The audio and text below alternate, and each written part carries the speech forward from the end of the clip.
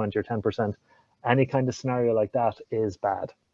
So that'll be number one thing. So higher frequency, higher duty cycle would be the best case. There are pathological cases as well. So you kind of want to avoid frequencies which are you want to avoid low frequencies that are a multiple of the camera frame rate. Now, I suppose one of the points is the camera frame rate. Typically, on most cameras, well, not most, the majority of cameras would run at 30 frames per second or 30 hertz.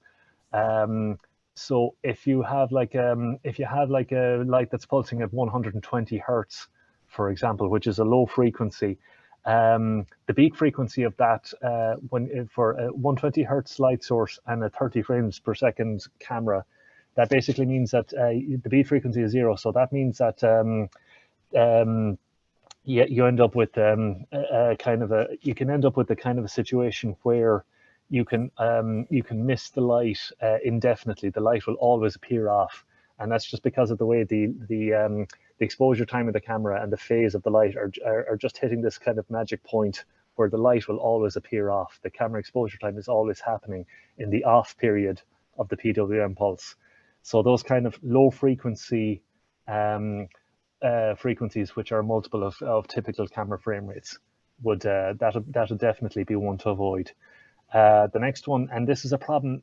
The next one is a kind of a challenging problem, but probably not relevant for infrastructure lighting. Is probably more of a problem for vehicle lighting. Is if your beat frequency, so let's say you have like 120.5 hertz as your PWM signal driving your light.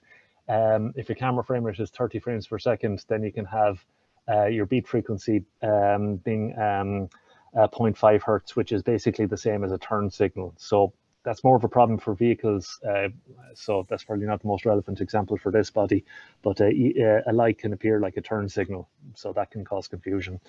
And I suppose the other one is high beat frequencies because they're visually disturbing. So if you get a beat frequency which is, like I mentioned earlier in the presentation, like 15 to 20 hertz. So an example there will be if you had like a frequency of 135 hertz driving your camera, then the beat frequency when you measured at the camera will be 15 hertz. So the light is pulsing on and off at 15 hertz. So that will be a problematic one. I suppose one of the challenges about all this, and one of the things that makes it difficult, is there's all these different problems. So it makes it, and some of them kind of work against each other. So it's hard to make one recommendation that solves all problems. So it makes it hard. It'll be nice if we could come to a body such as yourselves and say, look, okay, just use this frequency, this duty cycle, and all problems are solved. Unfortunately, we're not in a position to kind of say something as simple as that. And Brian, I have two more questions, or a question and a comment that I think is relevant to what you just said. And the first part of that would be, are the worries only about traffic lights, or is this also including VMS and LED aero board? And Serge, sorry guys, Serge, I think I gave you talking privileges, so feel free to just chime in if you want to elaborate more on that. Yes, of course. So yeah, that's the first question. So it's just about traffic signal, or it's about VMS, DMS like that are used for speed limit, or arrow board that are used to merge and switch the people to the left to the right? Do we have the same worries as well? So the same worries. I'm assuming, I'm not 100% familiar with the terminology. I assume VMS is variable message signal. That's correct. Yeah. Okay. So the same fundamental problem applies there as it would with traffic lights. So I think the traffic light is the more obvious one because obviously you want a vehicle to stop at an intersection, and it's I suppose it's a more common function at the moment for autonomous driving functions. But as the capabilities of these kind of functions expand, you want to be able to kind of read speed signs and temporary road closures, whatever they may be, and so the same fundamental problem would apply. Okay, then can I?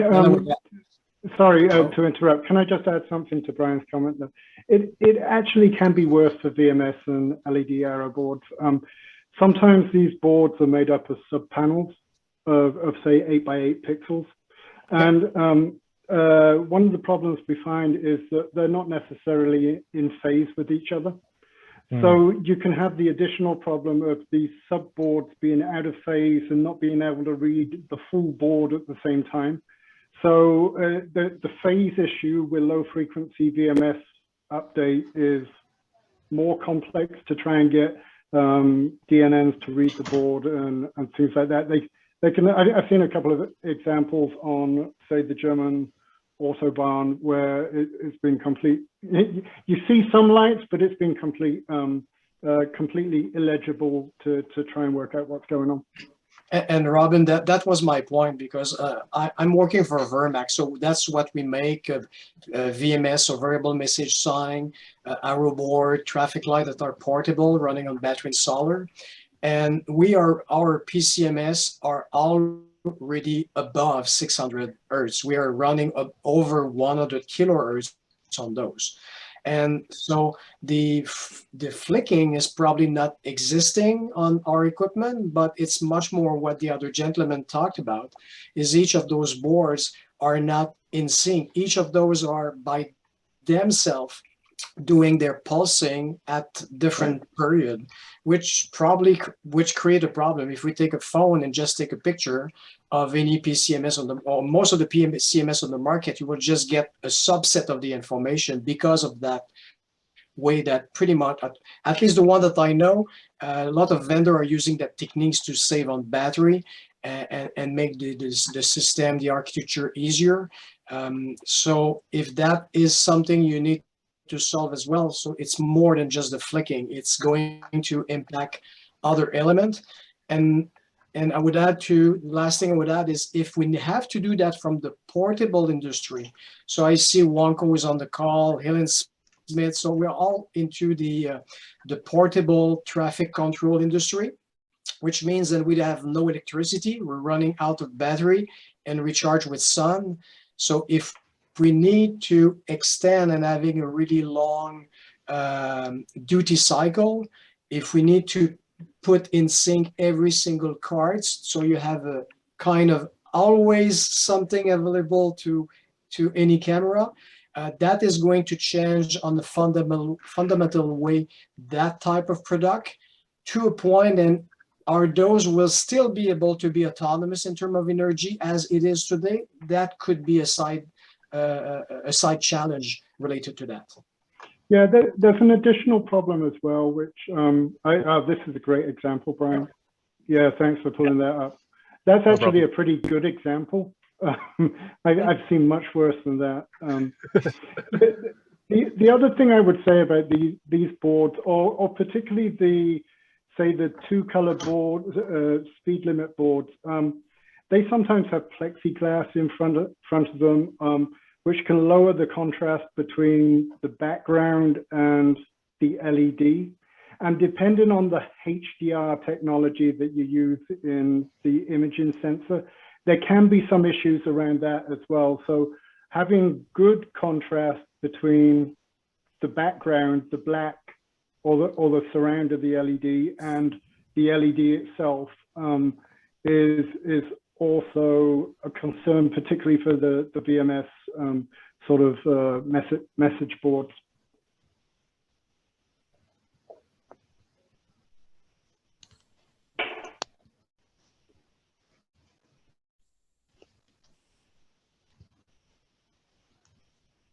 That's awesome. I believe we also had a few other comments / questions. I believe there was Roxanne. Please feel free to chime in. Good morning, Brian, it's Roxanne. I was just asking about the previous discussions we were having about maybe taking some of the LED devices and switching them over to direct current, and whether that was still a viable solution.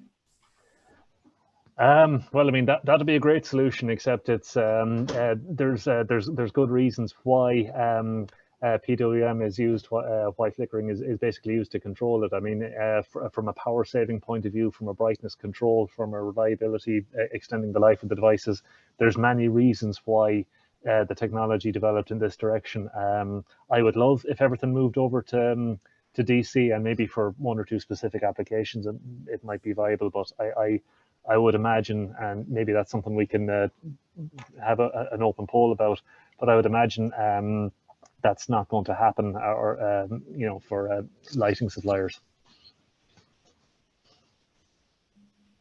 Thanks. I was just thinking some people might want to go that way because it's an easier solution if they can.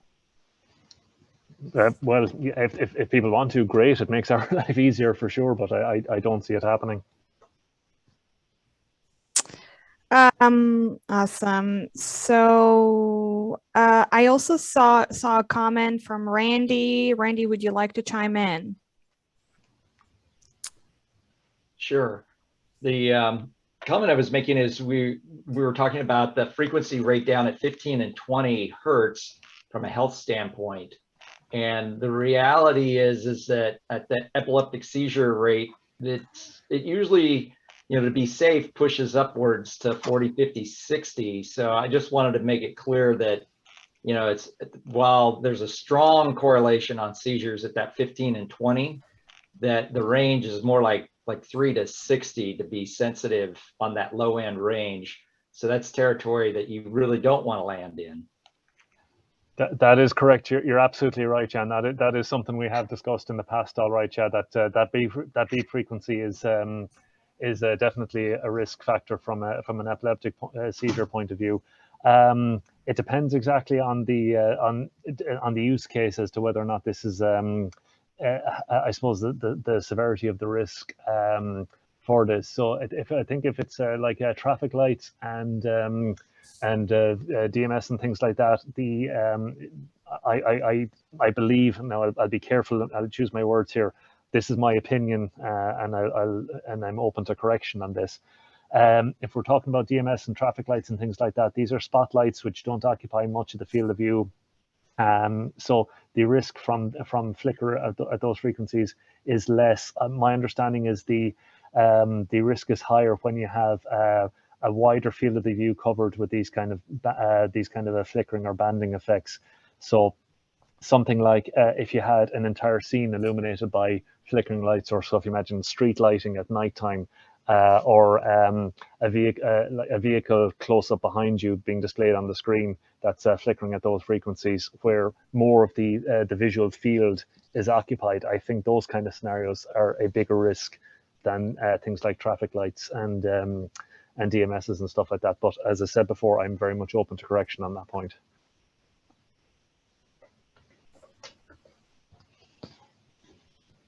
Two questions from the comments we may be able to sum. Have you measured pulse rates of commonly used LED traffic signals? And another question is, where is the 600 hertz rate coming from? Will it remove any problems associated with high quality cameras used for traffic controls? I think I covered those already.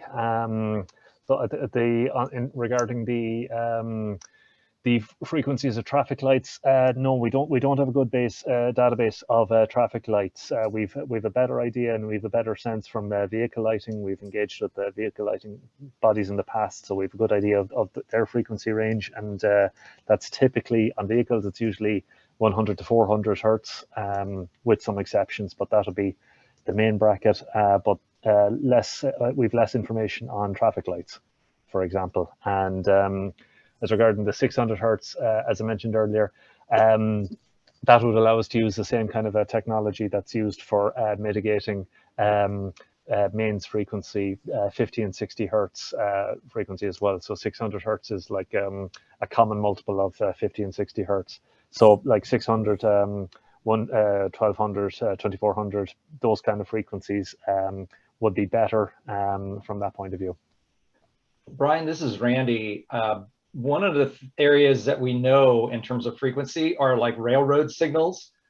And they're, I think, pretty locked in at about 50 hertz-ish in that territory. I think common traffic signals are higher than that.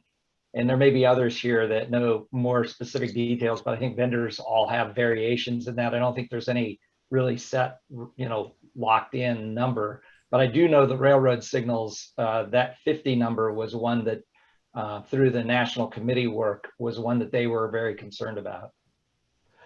True, and I think this point was raised before as well. So for that 50 hertz, are those LEDs? Are they just like kind of incandescent or fluorescent or something like that, driven off the mains frequency? The more current designs are using LED now. The older equipment was incandescent.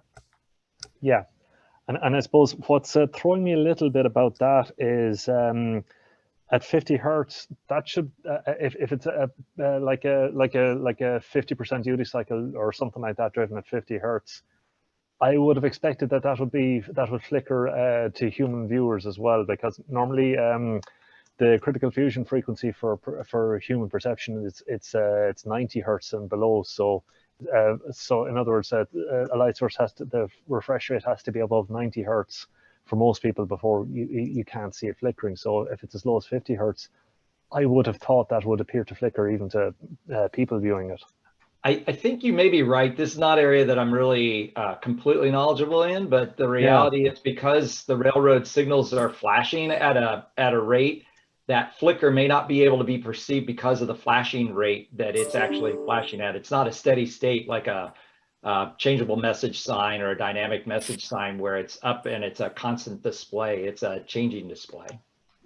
Got it. And so I'm assuming now that it's like a level crossing kind of a sign where like there's like a warning sign that to slow down, and that there's a train coming. Is that the kind of sign that you're talking about? It's the crossbuck. Yeah. Usually it's a crossbuck with red flashing lights that are used approaching a railroad. Yeah, and that'll normally blink on and off like at about 1 or 2 hertz or something like that. Yeah. Yeah. So yeah, that'll probably from a visual human viewing point of view, that's probably fine. You probably get away with that. But yeah. The duty cycle on that, Brian, is the point that you hit on. When it's as low as 50 hertz, we can probably lock in the camera for a global flicker correction. But then if the duty cycle is below 50, then we may miss it every couple of frames. Exactly. Yeah. Yeah, I think the key thing with that group is if we got a lot of equipment out, and the idea of increasing frequency was, I think, a challenge to them, a concern. And so I think you're right about at 50, there's a chance that it could be missed. And I think it's an important attribute to be discussed.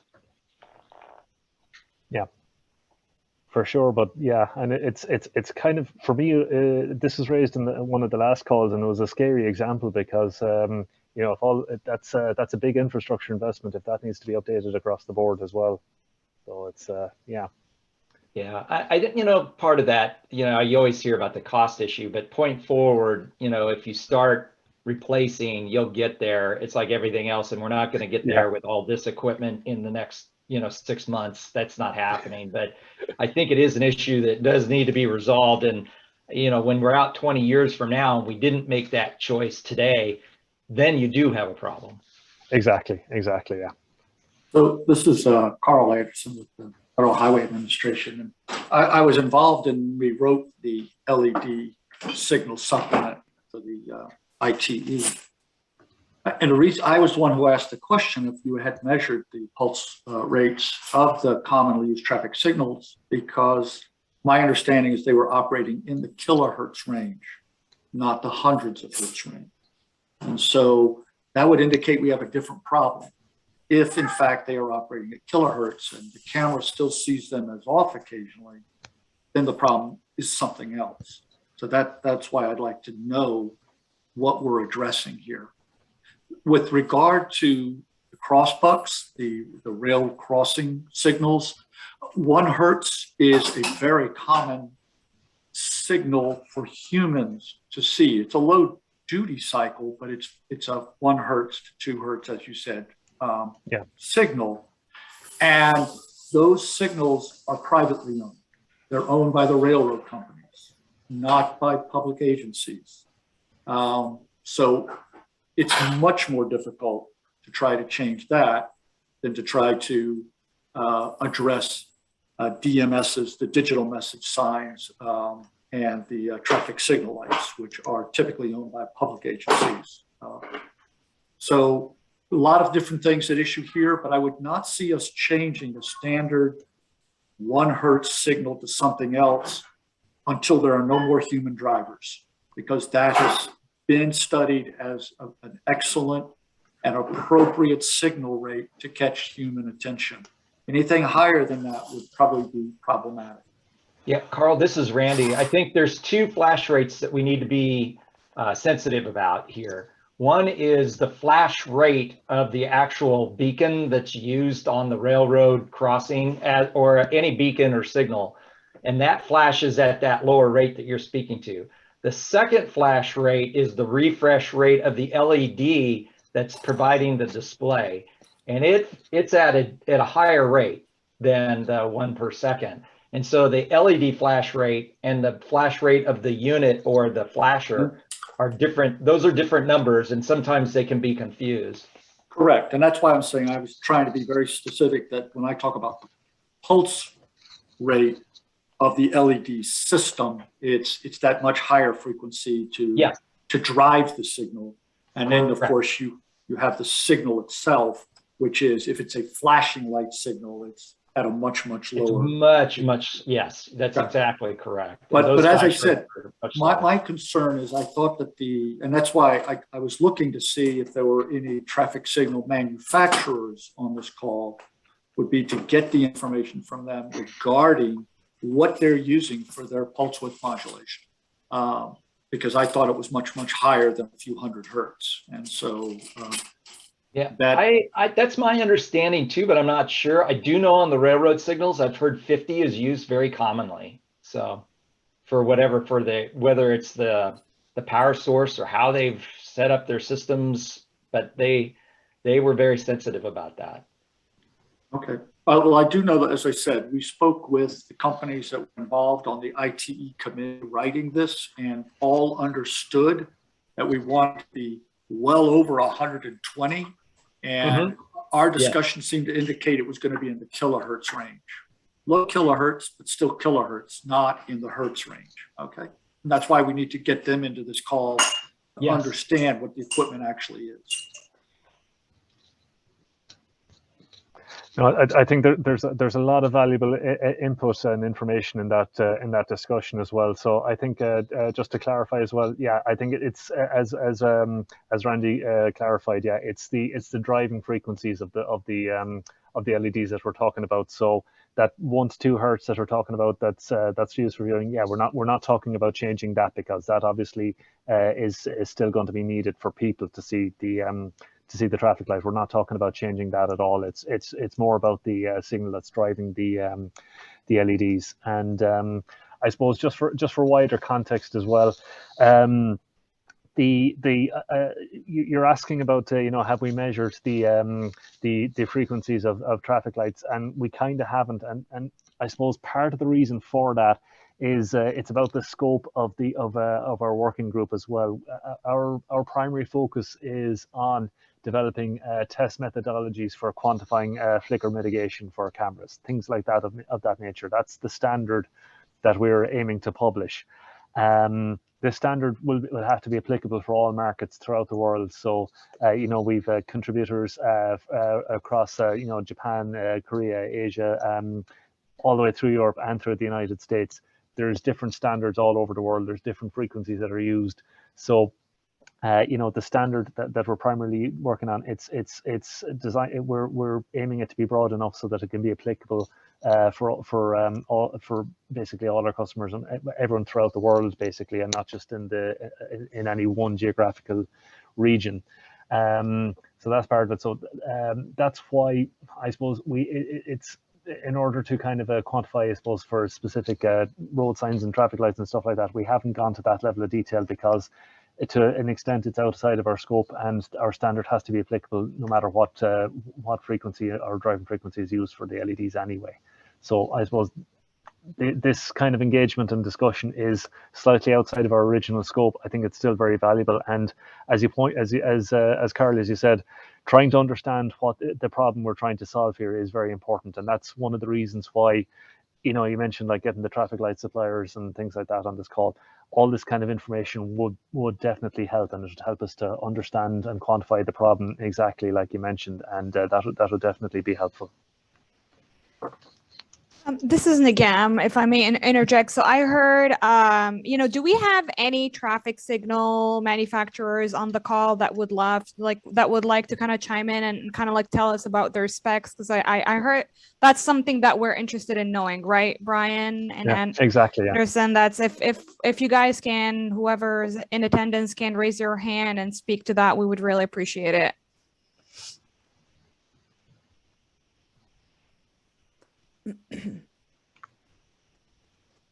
Don't see. We'll give them a few seconds. We might not have this type of audience in attendance.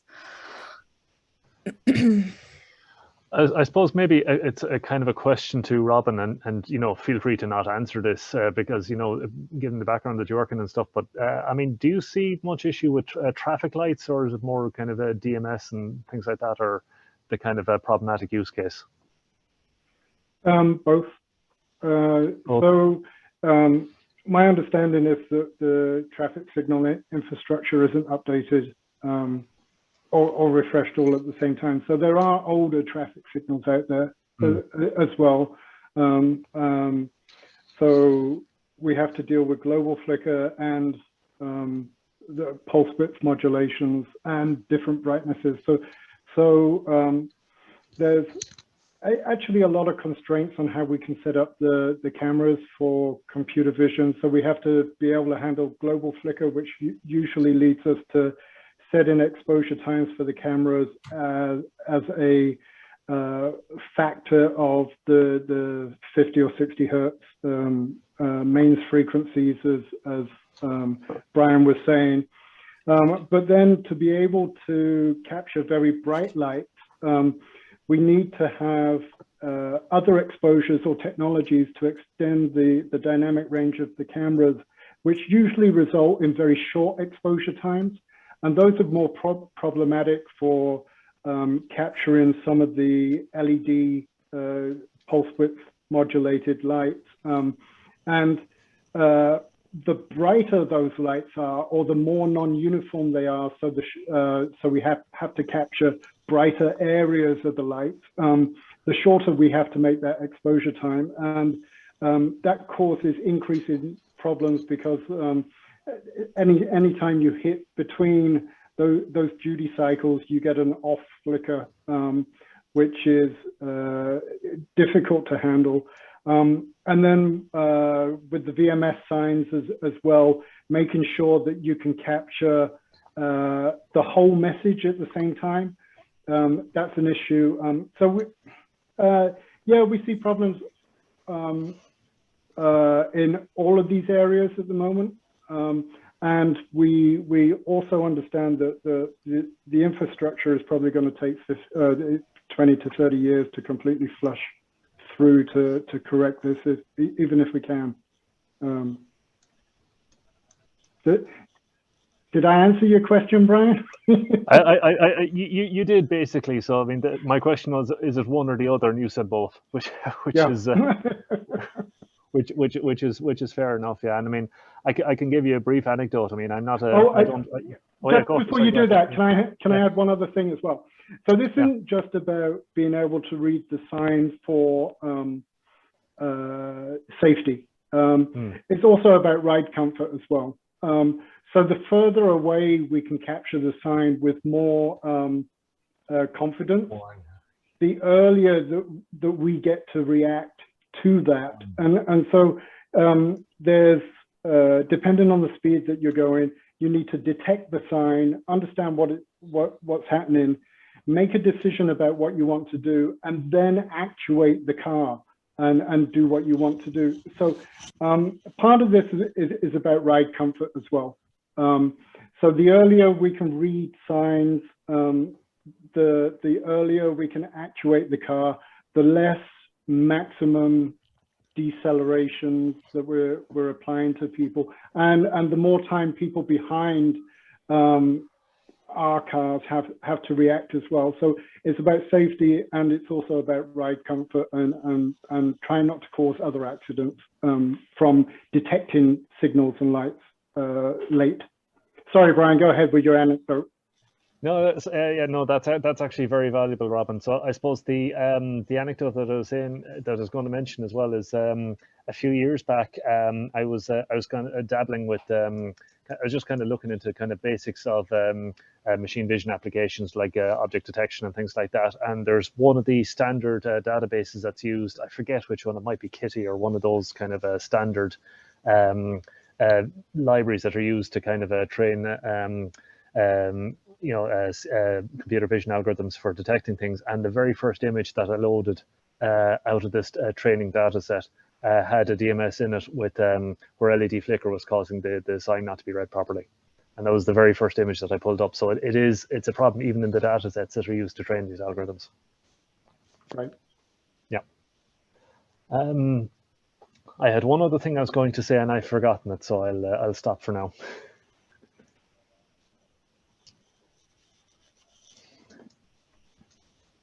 Oh, yes. So, sorry, excuse me. I just remember what I was going to say. There's one other critical point as well, which I think we mentioned the last time, but I'll reiterate here as well. Within the automotive camera industry, I mean, the technology is moving to kind of to mitigate flicker mitigation. The sensor technology in particular, the image sensor technology has moved to kind of mitigate it. And the way that is done is by extending the dynamic range and critically extending the exposure time that image sensors can use without saturating the pixel. And so, you know, mitigations are available within the camera technology area, but the problem with it is they do come with trade-offs.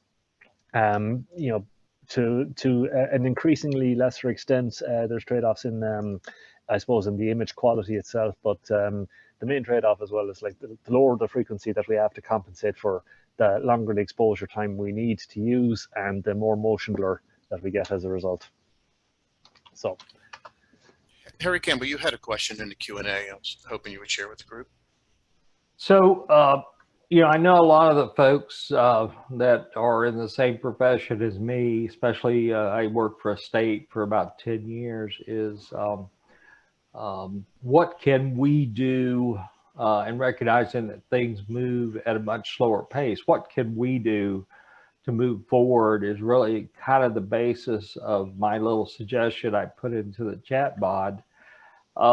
Because I think if we're going to move forward beyond what the limited scope of the ITE group that you chair and that SAE is following, can there be, I use the word formal, but task forces can be somewhat informal of IEEE, SAE, NEMA, ATSSA, the camera manufacturers, the traffic signal, variable message design, DMS manufacturers, ITE, obviously AASHTO, FAWA representation, and NCUTCD obviously wants to follow this. There's a rail group within NCUTCD that could be somewhat of the jumping point for representation for this task force. But I just like to float that idea that there's definitely a significant amount of coordination that needs to occur and focus in on what is critical to do near term versus what is practical to do near term, because there's a practical world centered around standards, especially in the traffic industry, that will require a significant amount of effort. And I do firmly believe it needs to be done. I just know that we need to at least have a semi-formal working group or a task group to start taking on the individual points that you've raised. I saw your prior presentation and was motivated to say this is something that needs to be at the forefront of what we're all doing. So that's it.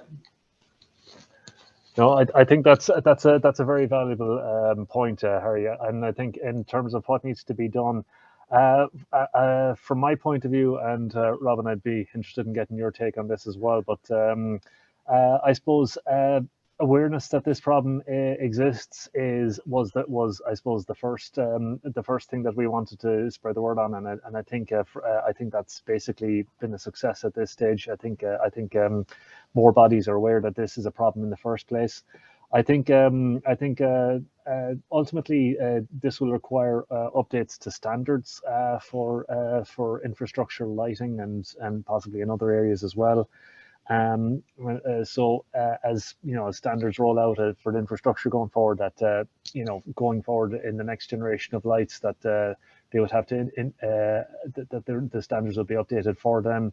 I think at a minimum, I think the easiest one to do is probably to have a requirement for a minimum effective frequency of the lights that are used. And when I say effective frequency, what I mean is you could have like you could have like an LED that's pulsed in the kilohertz range, but it could be like a number of small kind of pulse train that's used to generate a kind of an envelope. Which is at a lower frequency. So it's that kind of lower frequency that's generated that I'm talking about as the effective frequency. But the point is that the easiest one is to increase or have a recommended minimum frequency. And then after that, we could talk about recommendations about kind of preferred frequencies and some recommendations on frequencies to be avoided. I think that would be the kind of things that I'd like to see coming in. I don't know, Robin, would you have anything to add on top of that? Yeah, I agree completely with you.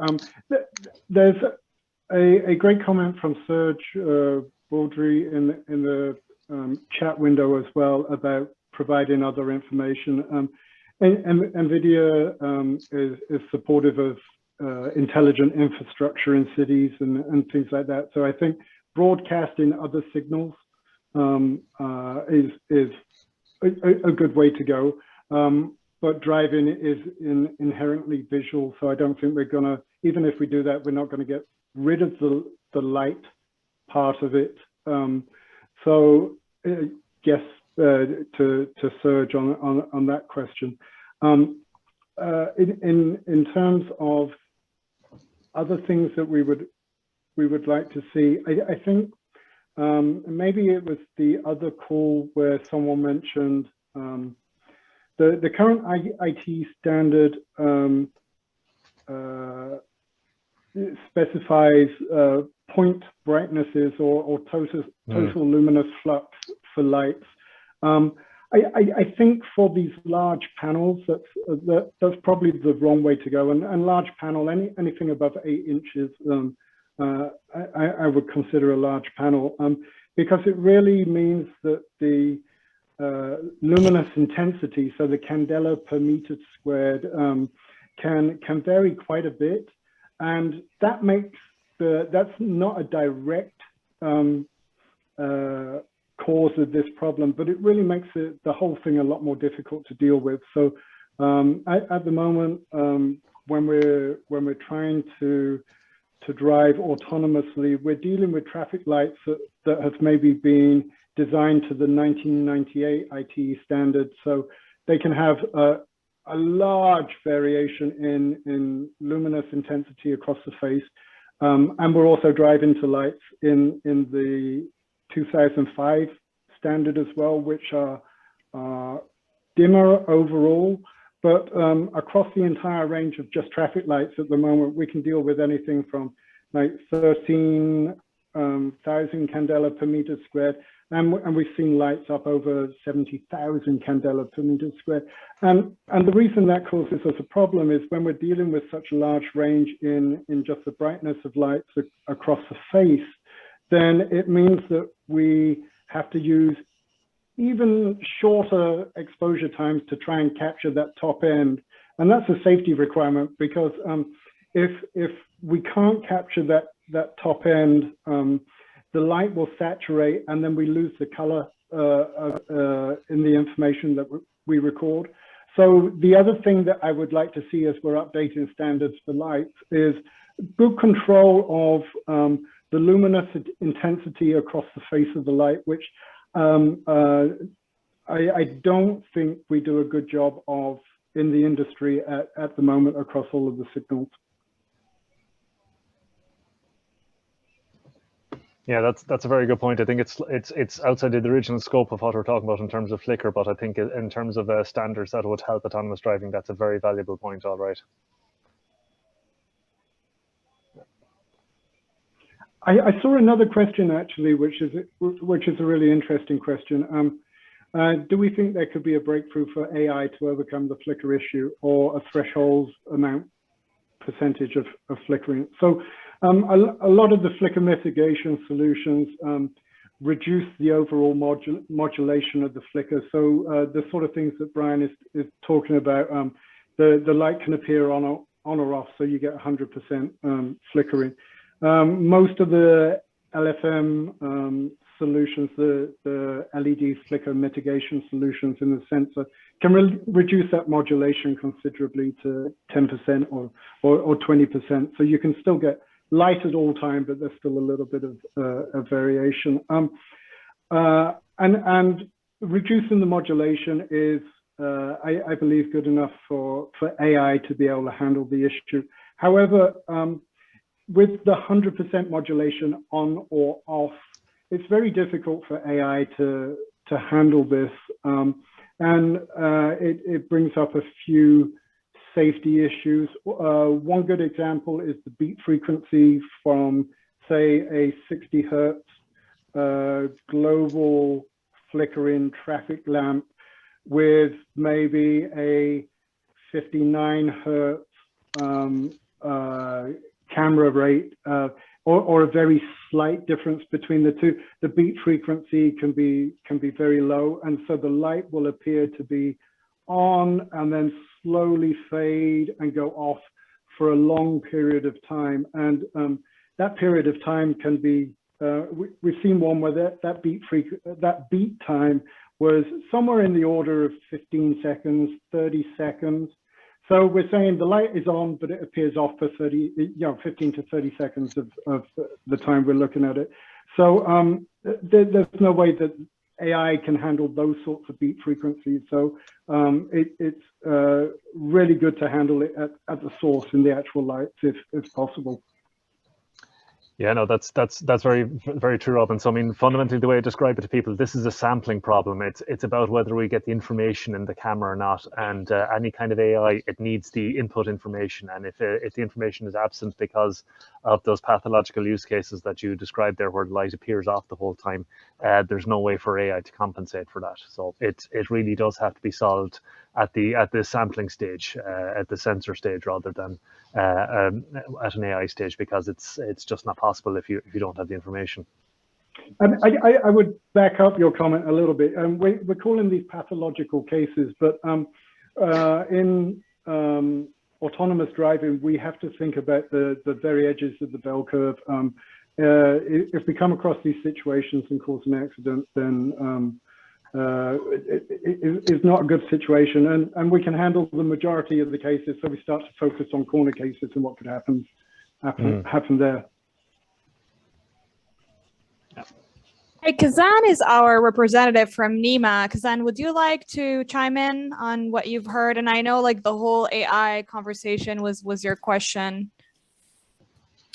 Yeah, sure. Can you guys hear me? Yes. Yes. Yeah, first, thanks for doing this presentation and furthering a dialogue. I attended the previous meeting where, Brian, I think you and Robin went through really well in detail about the issue.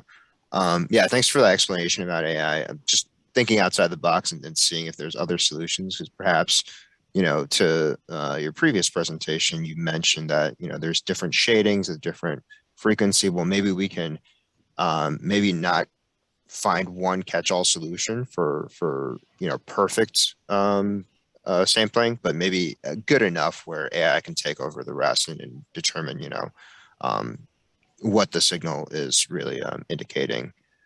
Just a quick update. I know Roxanne asked about this regarding NEMA TS4.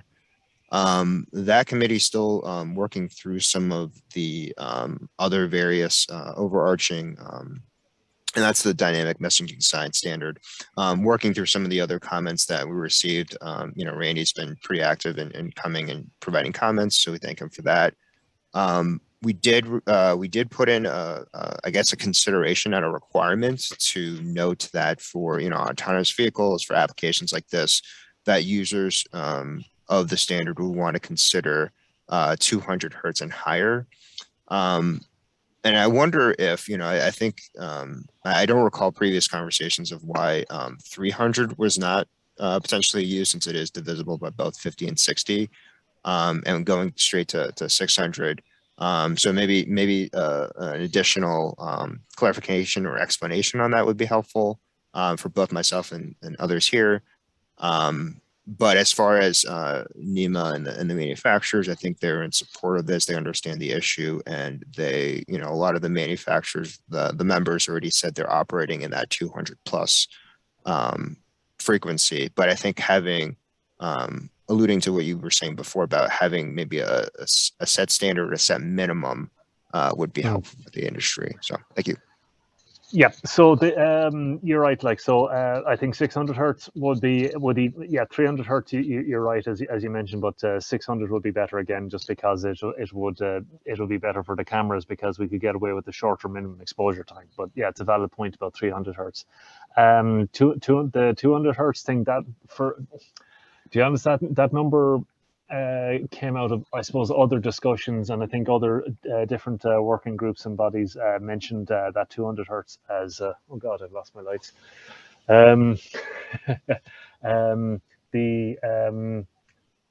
Sorry, I've just been plunged into darkness in the office here, and I've lost my train of thought. Okay, there we go. The that beat frequency again.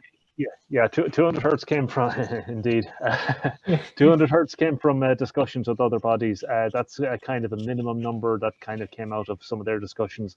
From our point of view, the within reason, the higher the better. So I suppose there's no real, there's nothing really magical about 200 hertz. I suppose the existing standards that are out there that define minimum frequency, there's not much out there in the literature review that we had. The only one I could find was like the European temporary message standard that said 90 hertz and above. That's the one that I'd be most familiar with.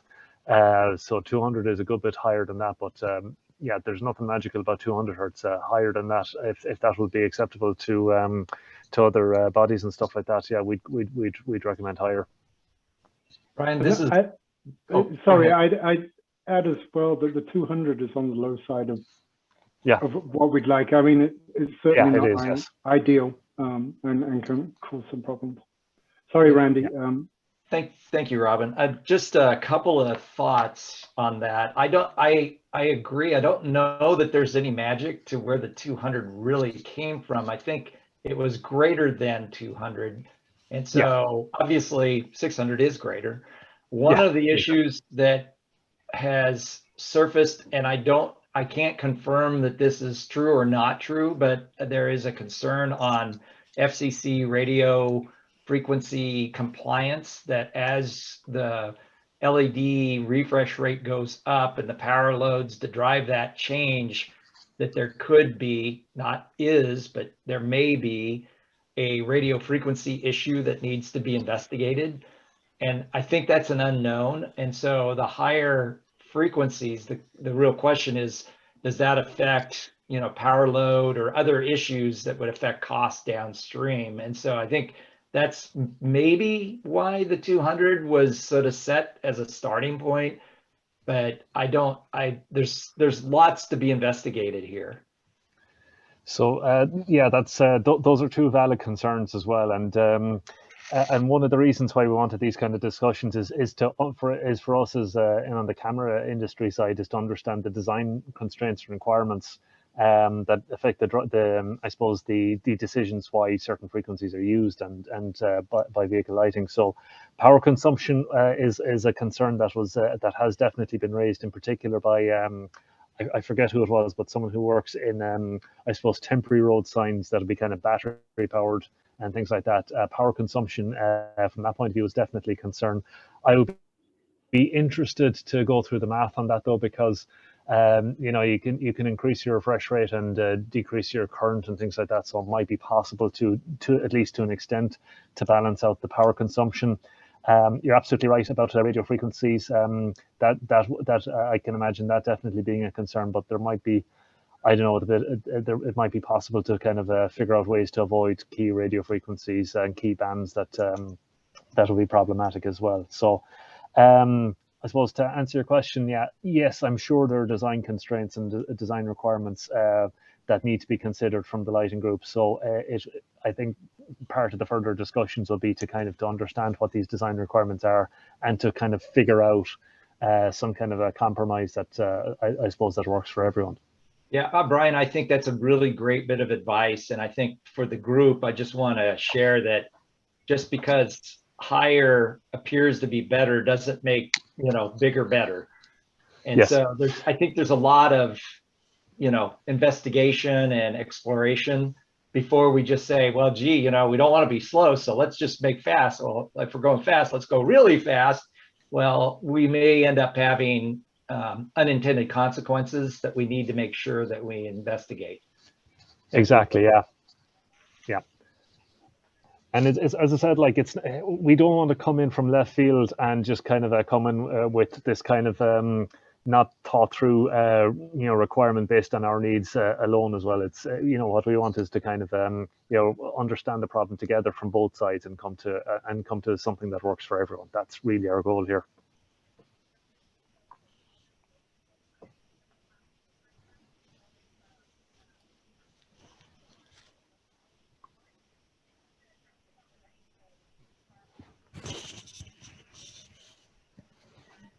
So Brian, it's Roxanne, if you don't mind, apparently there's a chat going on about where the 200 hertz came from. Do you know how many camera manufacturers you have working in the IEEE group? How many camera manufacturers? A good number. I mean, Valeo ourselves are camera manufacturers. I'm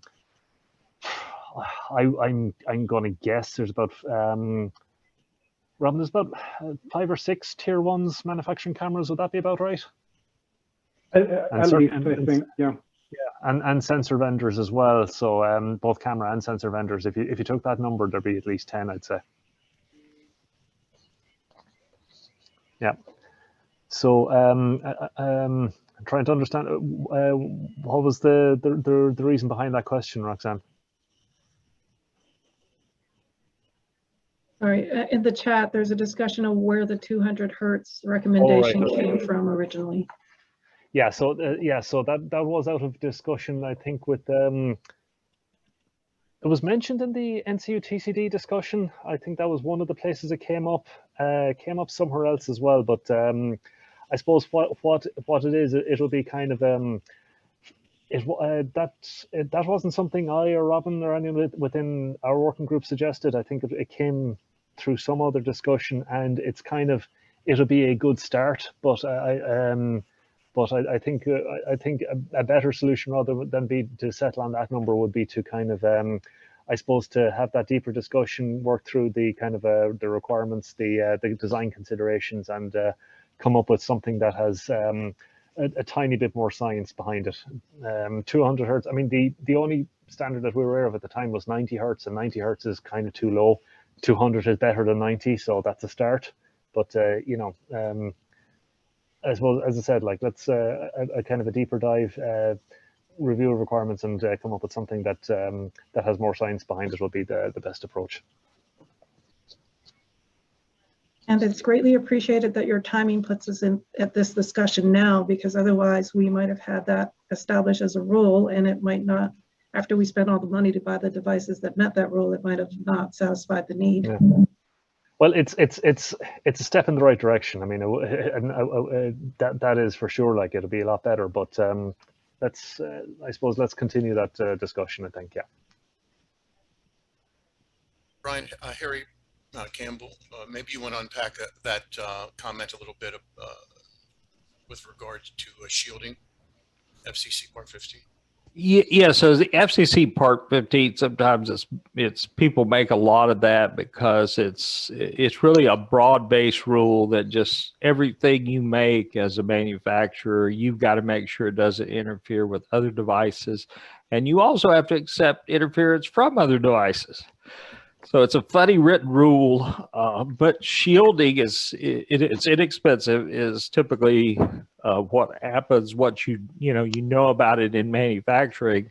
If you discover it after the fact, it can be done around the circuitry of the field. But generally, I think with the power output of nearby devices versus the power output of a traffic signal, it's nothing of a DMS, VMS type device. Yeah, it could be, but those devices are generally not near anything that they're going to cause interference with. So that's no big deal. And this, I'm just going back in memory. I think at least 200 is kind of what VMS, DMS, and allegedly traffic signal were being manufactured around. So I think that's where it came from, but that's certainly worthy of a lot of discussion with the manufacturers as to where they're going, because you're correct with the power consumption issue in that balance. It has to be looked at.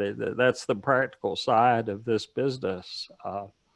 So I think what you said earlier was on target. Yeah, so I mean that kind of discussion, I mean that kind of requirement, it'll be something as camera manufacturers we would be very familiar with, because our cameras are inside in vehicles, and it would not be unknown for it's certainly an early stage development for the frequencies that our cameras are running at to interfere with the FM band in radios. All right, yeah. So that's the kind of problem that we'd be kind of used to kind of considering. So, for example, and I would imagine you're right. I mean, DMSs would not normally be beside something, but they might be. And so I think considering the frequencies that they operate and what they might conflict with, both emitting and receiving and stuff like that, that definitely needs to be considered. So, sorry, Brian, Robin. Oh, sorry. Go ahead, Robin. Yeah, go ahead. So I saw a comment from Andrew Weidel about. Yes, I was about to jump in on that as well. Yeah. Go ahead. Oh. Yeah, so I was just going to make the point. I just saw that in the chat. That discussion, that Automotive Safety Council group of camera manufacturers, that is not something that I'm not sure of, and I certainly wasn't involved in that, and I'm not sure if anyone in P2020 was. I'd have to double check that. So I suppose, Roxanne, to kind of to discuss that point, like again, 200 hertz is not a bad start. We'd like it to be higher in some ways, but 200 hertz is not a bad start. But I wasn't privy to those discussions, so I cannot comment on exactly how that number was arrived at. Well, I was going to add, actually, Brian, that if you take the typical frame rate of the camera and you take the reciprocal of that, you get a certain time. So if we were at 30 frames per second, it would be 33 milliseconds. For a modern automotive camera, that's not the exposure time. The exposure time for a modern automotive camera could be made up of 4 segments, and they might be logarithmically different. So you might start off with a 10 millisecond block, followed by a 1 millisecond block, followed by a 100 microsecond block, followed by a 1 microsecond block, for example. So it could take 4 exposures, and typically the lights that we're capturing, they're not going to be in the millisecond exposures. They're going to be in the microsecond exposures because they're so bright. Up around the 10,000 or even 50,000 candela per meter squared sort of area. So they're up in these very, very short exposure times, and the exposure times are so short. That's where they're falling between the two, or they're falling into the off period of the LED. The modern sensors, the LFM flicker mitigation sensors that are just starting to come on market now, help to mitigate some of that. But even their flicker mitigation range doesn't sometimes cover the whole dynamic range of the exposure. So you can still, by having very bright lights, push yourself into these very short microsecond exposure times that fall between the periods when the light is on. Don't know if you want to add anything to that, Brian. No, I think that's exactly right, Robin. And I actually, if I might just share my screen, I kind of have an image of part of what that looked like, and I think so. This is from share my screen here. If people can see this, this is a presentation that was done by ST, who are one of the sensor vendors that are part of our working group. So one of the problems that Robin just described there with the multiple integration periods is what's happening here is, as we capture, we have 3 exposures here, and for the long exposure we catch the pulse twice, but we miss it completely on the medium and the short. And you can see here the traffic light appears as a gray, so you can't see the color on it. So that's the problem with the kind of the traditional high dynamic range image sensors. So yeah, that's part of the challenge. That's here, and as I said, like we could have like a 10-15 millisecond exposure, and then milliseconds and microseconds after that, and it's when it gets merged that we quite often get these kind of problems. But yeah, so that's just an elaboration on what you mentioned there. Now I suppose the technology behind most flicker mitigating sensors these days is to kind of avoid this kind of medium and short exposure time, or to extend those out, or to find other mechanisms of extending the dynamic range. So within that context, like what you could do, for example, with some of the sensors that we're using now, you could have a longer exposure time, and then you can nearly fill up that reciprocal of the frame rate at that stage. But the problem with that is when you extend it that long, then things like the sky and stuff like that would overexpose. So when you go down to 200 hertz or something like that, you're down to like a 5 millisecond exposure time, which, with the dynamic range that we're talking about, you'd probably avoid overexposure in more scenes than we currently do. So from an overall design point of view, I don't know, Robin, if you want to elaborate on that, but a 5 millisecond exposure time with the HDR camera is better than what we currently have with, if it was 90 hertz, for example, and 11 milliseconds.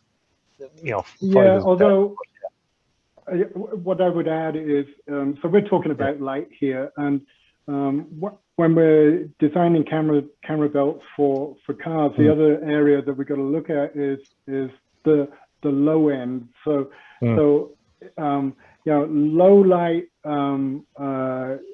safety and captures and trying to make sense of the world when it's dark outside is just as important for us. So we're trying to balance the best we can the demands of global flicker, the demands of PWM flicker, and trying to keep exposure times long enough to get low light signals for safe driving at night. And when you combine all of those together, 5 milliseconds, I start to cringe if we use 5 milliseconds. A bit low for me. I prefer like 10 milliseconds.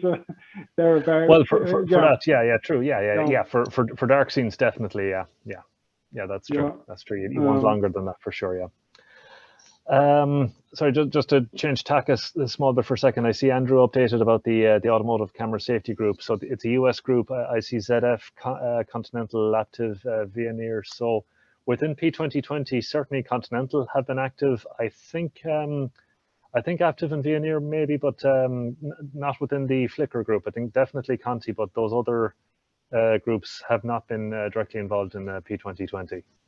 Hi, Brian, can you hear me directly now? Yes, I can, yes. Okay. No, so there was a workshop that was held in the Detroit area a couple of years ago. This was one of the topics that came up. Mobileye were part of the discussions, and they were actually the source of that 200 minimum recommendation. Okay. And Mobileye are heavily involved as well in P2020, so that's good to know. Just to explain where the source of that 200 hertz number came from, that number was then shared through ATSSA with the NTU CD group. Okay. So no, the full history is clear now. Okay, thanks for that clarification. Brian, this is Kazan again. I had a question typed up, but I could just ask it here. What do you think, and others free to answer as well, is the time horizon? Now, obviously, I think in early discussions, I heard that, it's good that we're discussing this early because we obviously know that the evolution technology is coming and that we want to be ready for this. But as far as camera technologies and LED technologies or requirements, so to speak, align with the pace of how the automotive trends are going towards these, cameras in vehicles, and whether it be autonomous or just even, identifying traffic signals.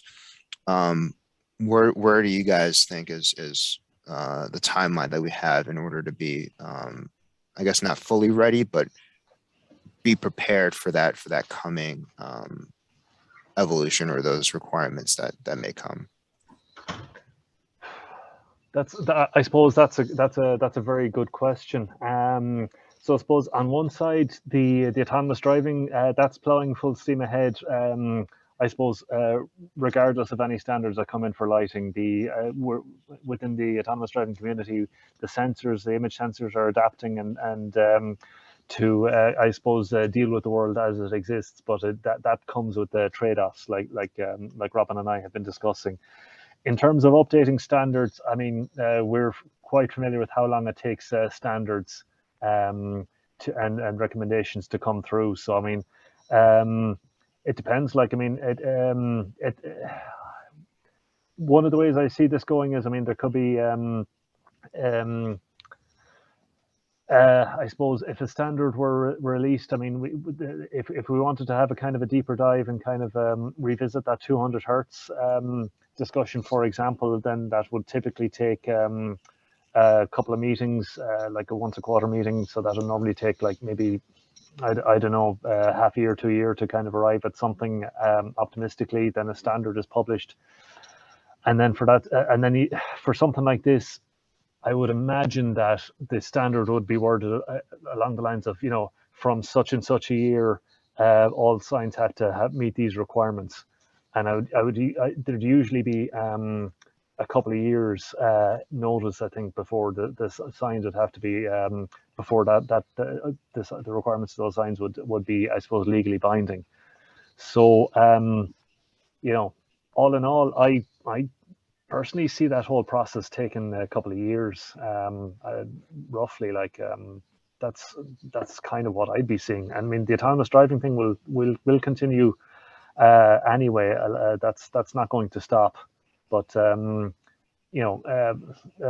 updates to standards for lighting would certainly help the application. I see that taking a couple of years before we'd see any benefits of that, realistically. So I don't know, does that kind of answer your question? But yeah. Maybe, Brian, just to add to that a little bit, there was the first a major technology change around 2015, where automotive cameras went from around 10 frames per second up to around 35 or so in some of the common cameras. But in terms of actual market penetration, by the end of, or by September next year, essentially every new light vehicle or passenger vehicle being sold in the US will be fitted with an automotive camera as part of a voluntary agreement by the top 20 auto manufacturers to fit automatic emergency braking systems. So these cameras for driver assistance ADAS applications, which includes things like traffic light detection, they're actually coming pretty quickly, and the vehicle park, especially after next year, is going to be growing at the rate of new vehicle production. So I think there might be a different way to answer this as well. So what I see in the industry is echoes what Andrew is saying. The camera technologies seem to be slightly ahead of what's available on the car just because of implementation.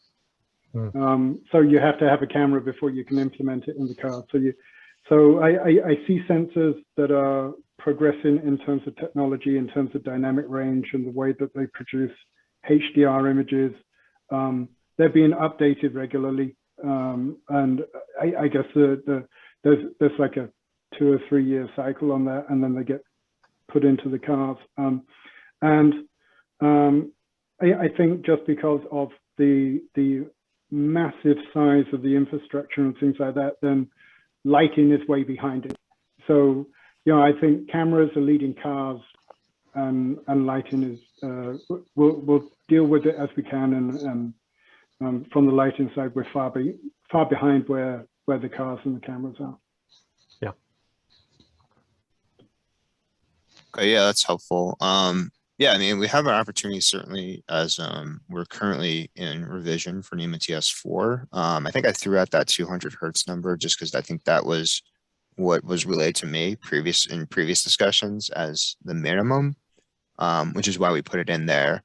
And the reason I asked about timing is because I wanted to kind of get a sense of where, you know, I think with LEDs that in traffic signals that are currently out in the field, a lot of that would, you know, I think new LEDs wouldn't fix the problem, right? We would have to do retrofits or something to increase the frequency of the lights, the signals. So just thinking through how to address that solution, because I think simply just having a requirement is fine to put in the standard, but practically speaking, like how do we you know, tackle the larger question of infrastructure and how to, you know, deal with the lights that are currently present, right? We don't want to replace all the lights. We want to think of a solution to deal with the current, you know, current status that we have for the lights that are there. So that's kind of the reason behind the timeline, because I wanted to give the, you know, the NEMA manufacturers and the members a sense of kind of what that would look like so that they can plan accordingly and kind of adjust with the trends. So I see a point from Serge in the background that the DMS markets typically lead them for 10 years. So yeah, and I mean, obviously the infrastructural lighting, it's designed to last. Of course it is, because you know, it needs to last and you know, be safe and reliable for a long period of time. I suppose there's no quick and easy answer to your question. I would imagine for a subset of lights, for example, that there might be kind of like either like a software type update or kind of a replacement drive circuit or something like that, that drives the LEDs, that could be updated. I wouldn't think that would be trivial though, because I mean, there'd obviously be a lot of functional safety requirements around these kind of lights. So it's not just change a line of code and away you go. But I would imagine that for a subset of lights, there's probably a way to retrofit the drive circuitry or the software to change the frequencies, but that wouldn't work for all lights, for example. I would say, yeah. Brian, to add to that, I mean, one idea that comes to mind straight away is if we can't change the hertz, then maybe we can change the duty cycle. So if you had a bank of LEDs and you can change the drive circuit to drive half of them out of phase with the other to increase the effective duty cycle, I would rather take a dark light for twice as long than a bright light for half as long. So maybe there's some clever solutions around that sort of frequency multiplexing or phase shifting that could be done to keep the base frequencies the same, but try to mitigate some of the effects by smearing them or something like that. Hey Robin, what will be the perfect duty cycle frequency ratio that you just explained? Because that oh, I'd like 100%. That's that was an easy one, yeah. What is a reasonable minimum duty cycle? Because honestly, we use a 1% duty cycle in many of our applications from a portable standpoint. So I can see that's a big challenge for you. But what would be that minimum duty cycle acceptable? So I can give you a practical example. So the with 90 hertz, if it was a point pulse, then we have to sample at 11 milliseconds, 11.1 milliseconds, 1 over it. And we've had a long discussion within the company about, can we reasonably expect 10% duty cycle from lights? And if we could, then we can set an exposure time at 10 milliseconds and be guaranteed to get at least 1 pulse in that 10 milliseconds. But if it's below that 10%, then we can't, and it becomes a safety issue for us.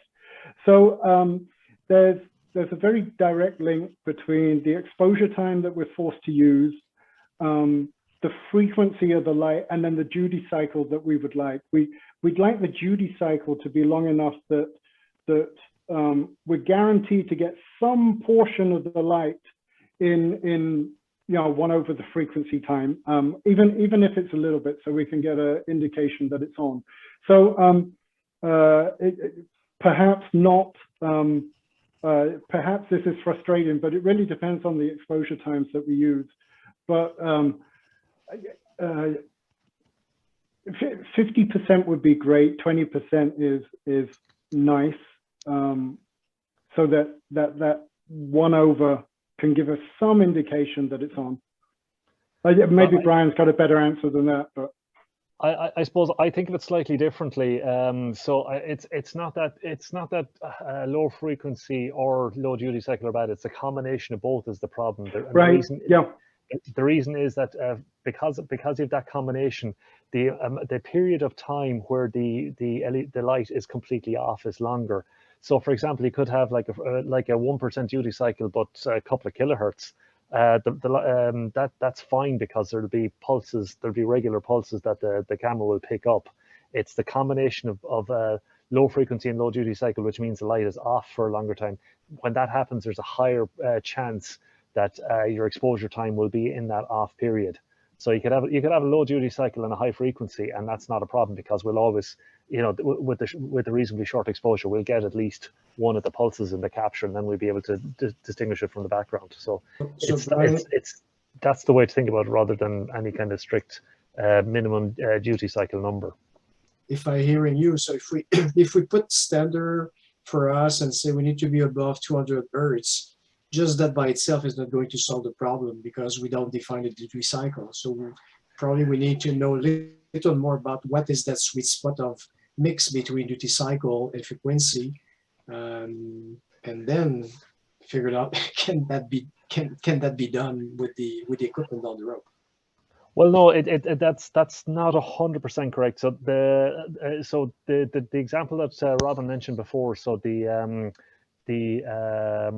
90 hertz example. So if you have a pulse, if you have a PWM signal driving at 90 hertz, irrespective of the duty cycle, if your exposure time is at least 11.1 milliseconds, then regardless of the duty cycle, you'll capture at least 1 pulse. So if we go up to 200 hertz, again, regardless of the duty cycle, if we expose for 5 milliseconds, then we'll be guaranteed to catch a pulse. So the duty cycle is still kind of important, but the frequency and the frequency alone determines the minimum exposure time that we need at the camera. So to, this you're getting to the point. I didn't need to pay you to say this. We do need to, for traffic signal indications, which typically are in a steady on state or in a flashing state when there's the conflict monitor's tripped, and for the various types of DMS, VMS, CMS, whatever you want to call them, they've got 1,000 different names for those various types of changeable message signs, and for traffic signs that are basically LEDs, and they display different traffic regulatory or traffic warning messages based upon what's going on. We need to establish a reasonable duty cycle frequency match for those types of devices. And then from that, from knowing that, then the smart guys who finished their master's in electronics, and I didn't, will go in and figure out, you know, is there a way to change a driver? Is it a circuit change? You know, what is it that would bring that up to machine vision standards? I don't know if that's possible, but I think if we worry about it too much, we're going to get bogged down. We really need to figure out what's the reasonable range. I mean, sweet spot's a nice word, but what's the reasonable manufacturing range to achieve the intended goal of the combination of frequency and duty cycle? You know, I preached to Ashto in an email that you know, you can't, if you got a 60 hertz operating power source, you can't have this working at 60 hertz, 120 hertz, 180 hertz. It can't be a multiple of the 60. I think we need to figure out how to boil it down so that the various states and local governments understand, you know, what the spec is going to go to, so they can appropriately have input. But it's really what the manufacturers can make, and that's why I'm suggesting that we really need a lot of these manufacturers at the table, and obviously the camera folks there as well, to really settle in on what we could do to make this all work. You know, leadership within states have said we want to be as accommodating as we can to the automotive industry in terms of deployment of automation. And obviously there's a reasonable in that. So what is reasonable? That, you know, that's where the technical guys at states that did what I did for 10 years, that's what they're focused on, is what can we do that's reasonable in terms of setting standards and specs. That's it. Yeah. No, and that's exactly right. So I mean, the way I see that going is setting minimums, for example, like a minimum frequency or a minimum whatever, but to allow I suppose lighting manufacturers to solve their other problems, because as was highlighted earlier, there's other design requirements. I mean, there's brightness intensity that the lights have to, you know, there's requirements around how bright the light is. And one of the ways you achieve that, it's usually a combination of the current that you apply through the LEDs, the frequency and the duty cycle. And these are the levers that people have in order to meet the lighting requirements that they have. There's there's a radio frequency topic that was discussed earlier. There's power consumption. There's a number of requirements that already exist. And what we don't need to do is to lock things down too much that we cause problems and unforeseen problems for manufacturers. That's exactly the kind of situation that we want to avoid.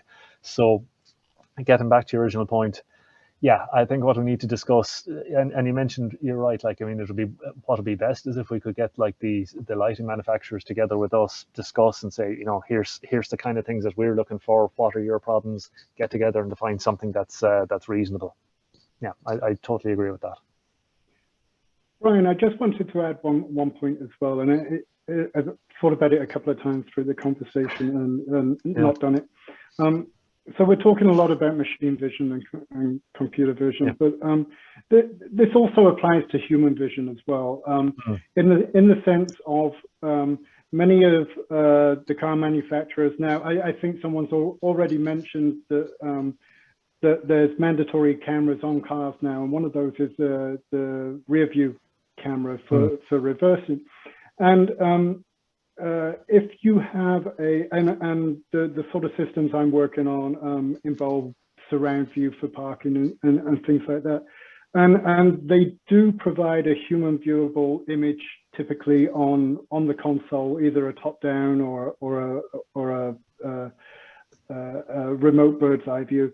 And to have a lot of these blinking lights as well does make users uncomfortable. So there is, if the problem is 99% computer vision and safety focus to that. It's at least 1 or 2% focused on human vision as well for these new applications that are coming online that maybe we don't see in cars commonly at the moment, but we will see in 3, 4, 5 year sort of timeframes. Don't know if you agree with that, Brian, but it's something that I've been thinking about. Yeah, no, you're absolutely right. So, and again, I'm kind of a lot of my thinking about this was kind of tailored at the audience to a large extent. But you are right. There's human viewing applications here as well. So, a kind of a common example that we'd have discussed, I suppose, within the P2020 and within camera discussions would be like mirror replacement camera systems. So instead of having a traditional glass rear view mirror, that you'd replace that with a camera and a monitor. And one of the problems with from an LED flicker point of view with those is that it was primarily from other vehicles on the road. If they had running lights and stuff like that, which were powered by LEDs, that they could either appear like turn signals, like in that example that I show routinely in my talks. And but other people thought that blinking LEDs were emergency vehicle signs, and people even changed lanes and stuff like that to avoid them. So within that application, for sure, the human viewing was very much a consideration. But I suppose I'll give you one example from a human visualization point of view, which is relevant for what you discussed, Robin, which is there's a relatively new and not very common function on automotive camera systems, this kind of augmented reality camera function, which I think I know Mercedes had one a couple of years ago. There's a few different car manufacturers which are coming out with these more recently, and the idea behind it is, one of the applications of it is, it's usually a forward-facing camera looking at the road ahead, and let's say if you're using your GPS sat nav system for navigation, when you're coming up to a turn, the camera will activate, and it'll with augmented reality, like there'll be like an arrow or something like that indicating the junction that you should take as part of your navigation. So these kind of camera systems, which are forward facing, are being increasingly used for as a visual aid. And if you have flickering road signs, flickering DMSs, traffic lights, whatever, in this kind of scenario, that is one example I can see of a use case for visualization for people where flickering could be a problem.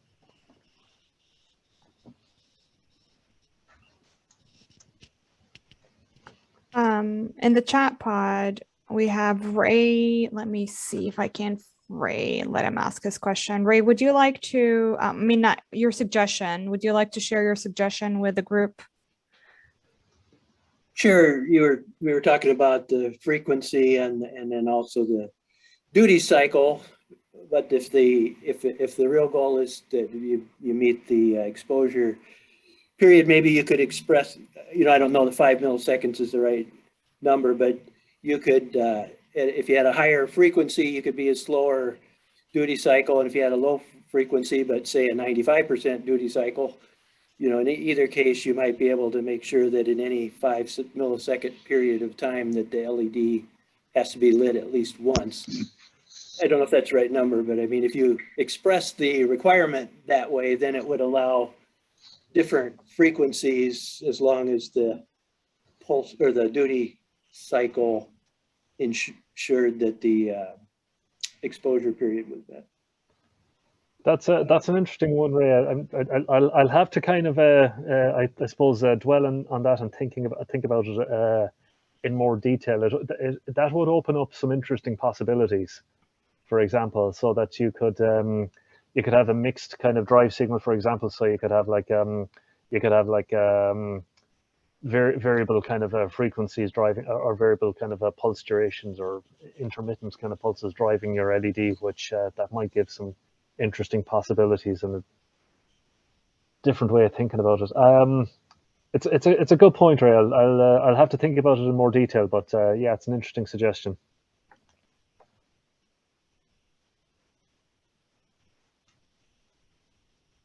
Serge, I see you've dropped something in the chat pod.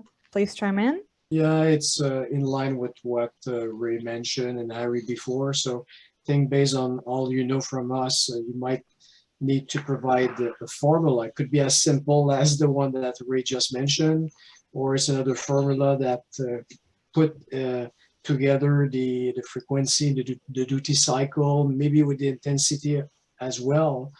And if we have that clearer view, then we can scratch our mind, figure out, is that something that could be implemented? Because we have different ways of operation, we have different challenges, depending if we are portable versus permanent. Like our equipment, when they are permanent, I don't care about the, I can let it 100% duty cycle, and that is going to work, but I have unlimited power in that case. But when I go with portable, I need to scratch the all milliamps everywhere. So that could have an impact. So based on what would be your recommendation in terms of formula, the portable industry, regardless if it's DMS or traffic light, will be one to check if that makes sense for that industry. Because if it's becoming too power hungry, that would mean then that type of equipment might not be existing in the future because will require too many energy to be powered.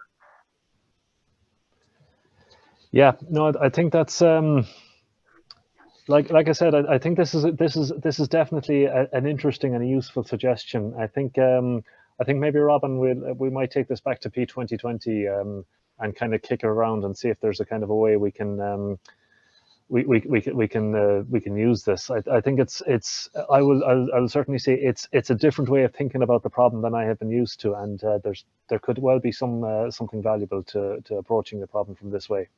So I think we should definitely do that. Yeah, absolutely, good idea. Yeah. And Brian and Robin, this is Kazan. If whenever you guys come up with that solution, feel free to reach out to myself, because again, NEMA TS4 is open for revision. So I'm sure the committee would be happy to hear proposals or suggestions so that we can modify that 200 hertz to something more amenable to the industry, and would work for everyone. And if I may, Robin, another one especially for DMS, as you know, DMS, each of their module could be off sync from the other one, so you just get a partial view of the LED.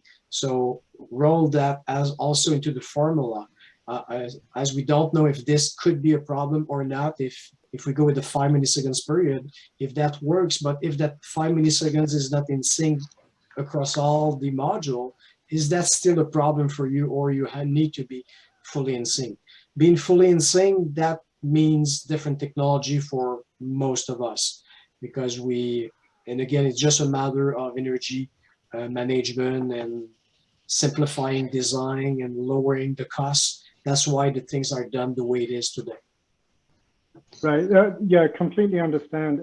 And the being in sync thing, really what it means is that we have to read the sign for longer, which means that we get the answer about what we need to do later, and so it affects ride comfort and things like that, and it makes the solution very difficult on our side as well. So I completely understand what you're saying about you have your constrictions and we have ours, and hopefully we can get to a point where we can get a reasonable midpoint.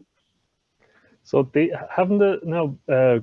me if I'm wrong here, but I think part of the point of having things out of sync is from a power management and EMC point of view. So if one is on, one is off, and you can kind of maintain a constant overall current just if things are out of sync. Whereas if the entire things are pulsing together, then they all flash on, they all flash off together. So from EMC point of view and from power consumption, that'll be worse, right? Or am I thinking about that right? Yeah, it's more from a power consumption. For sure, we'll have peak. We'll need to push more energy at that specific time. But it's much more from a design perspective. Like if I'm talking just for myself here, for our product, all of our display module have their own intelligence. So we just said, okay, you need to display this. Those are the pixels you need to lit, and then we let the module do that by himself. And that manage all the error, everything is done by the board itself.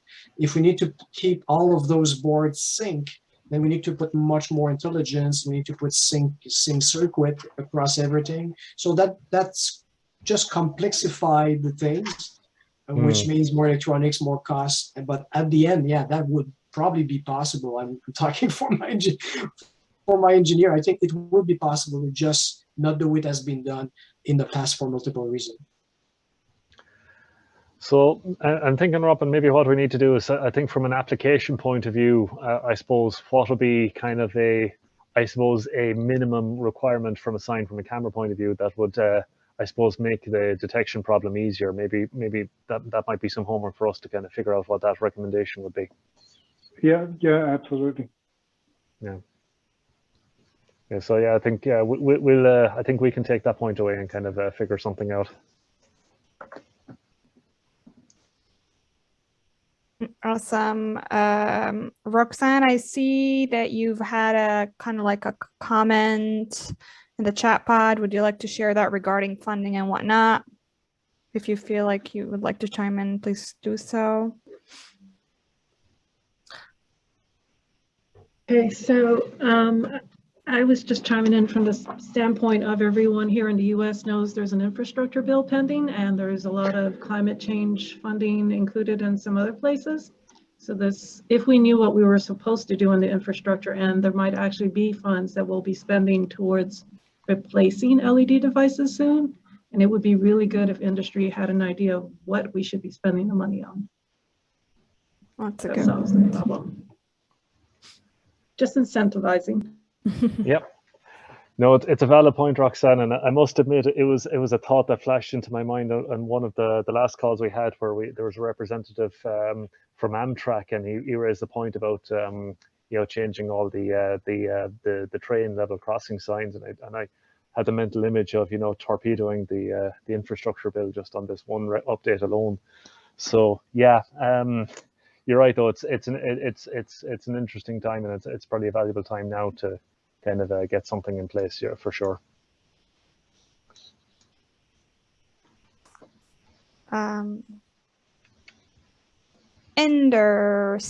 Mr. Anderson, I believe you've dropped a comment in the chat pod. He said, I just had a sidebar. Yeah, please chime in. Yeah, no, I just, and I'm sorry, I was just trying to some more input on measurements. So I wanted to talk with a colleague at NIST, the Optical Technology Division, to see about what any measurements they may have made, because they very extensively look at appropriate measurement techniques, and so that would be part of their job. He doesn't have any information, unfortunately, on roadway lighting, dynamic message signs, or traffic signals, but he did say that LED headlights are commonly driven at 200 hertz. This refers back to that much earlier discussion on 200 hertz. I just wanted to close the loop on that. Yep, true. Yeah, so yeah, 200 will be common. I think we did engage with one of the lighting bodies as well, and yeah, so there was less than 200 hertz, but 200 hertz and above would certainly be common, but it's under the existing I suppose standards, less than that is also happening. But yeah, I think, but like I said, 100 to 400 hertz was the kind of either end of what was common, but 200 hertz and above would cover, I suppose, 90%-ish of the automobile headlights. Yeah. And I think we need to nuance that a little bit more as well. So I guess these are LED headlights that are a single block. The LED matrix lights, they can be even more complex, and the individual matrix elements can be out of phase as well. So you can get some pretty, I think the technical term is funky results from those as well. So Robin, this is Carl again. A lot of our traffic control devices are still not active, they're passive, retroreflective markings and signs. And so this would be another interesting dilemma for you, vision-based systems for cameras to help with ADAS or ADS. that your retroreflective sign or your pavement marking will have whatever flicker would be induced by an LED traffic light. I'm sorry, not by the automotive headlight. So, so now all of a sudden, all of your retroreflective signs are doing disco dancing as well. And so I'm wondering if that is just as big an issue, or maybe even a bigger issue than the issue with DMSs, because there are just far more regulatory signs, warning signs, information signs that are retroreflective only. I haven't looked at it myself, but yeah, you bring up a good point, and it's something that we should check. Well, this was, you know, it is 3 minutes before the top of the clock, and you know, if Brian, Rob, or anybody else have you know, some concluding remarks, please go ahead. I suppose from my point of view in conclusion, I suppose I very much like to thank you and the other members of the ATSSA for bringing this together. It's very much appreciated, and I'd like to thank everyone who was involved in this discussion. I think this is a very useful, very open, and very positive discussion. So thanks very much to everyone for taking the time today. It's very much appreciated. And I would say if there's any follow-up questions that anyone has, please feel free to reach out to either myself or Robin and yourselves as well, I suppose, as well. So thanks very much. Absolutely. Yeah, likewise, very useful. Please contact us if you're interested in P2020. We'd love to have folks such as yourselves involved in the conversations, and maybe you can hear some of our woes. We can vent. So thank you. Well, thank you both, Robin and Brian, for leading and you know, facilitating the discussion. It was very a very rich dialogue. I've certainly learned a lot, still learning. And thank you for our participants, you know, for chiming in, and yeah, we will be following up. Thank you. Yep. Thank you very much, Randy. I mean, I will be missing names here. So, you know, Randy, Roxanne, once again, thank you very much. Serge Baudry, you know, like your input from an industry perspective was very valuable as well. Thank you very much. And we will be, and of course, see, I told you I didn't want to say names. I almost miss Harry. So thanks to everybody who joined. And we will be certainly following up with you via email regarding our next steps. And of course, you know, Anderson, Carl from FHWA, thank you very much for joining us and for chiming in as well. And with this, you know, it is 3 o'clock, and everybody, I wish you a great rest of your day.